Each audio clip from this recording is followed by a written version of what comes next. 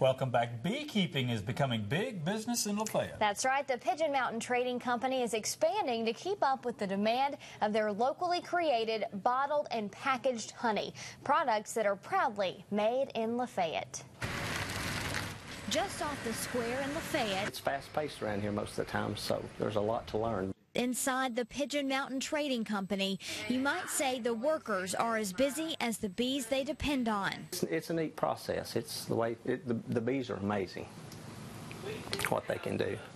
That process begins a few miles away at owner Steve McLeod's farm on Pigeon Mountain. We suited up with beekeeper Garner Glenn to see the millions of bees thriving in these hives. Here's a good one right here. Glenn and his father Tom use this smoke to calm the bees before we peek inside, making sure the queen, this is our queen, and her bee brood have the perfect golden opportunity. They have a honey stomach. They will go to a flower, they will drink the nectar that the flower's producing, and then they'll put that in that honey stomach. They'll fly it back to the hive. The bees store honey in these cells and cap them with wax. A good bit.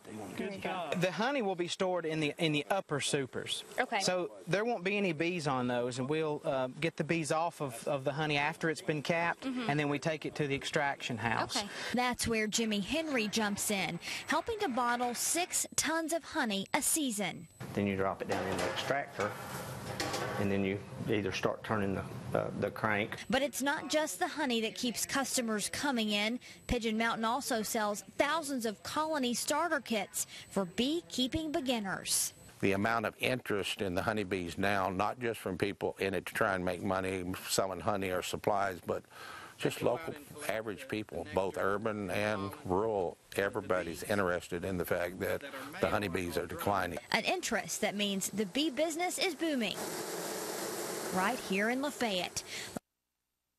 And I was a little nervous, but did not get stung. Thank you very much. Pigeon Mountain just expanded their storefront to keep up with the interest in their honey and beekeeping merchandise. In fact, they just celebrated their grand opening of a new building yesterday.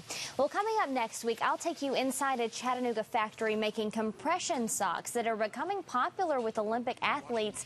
They're called Swiftwick socks, and they are made in Chattanooga.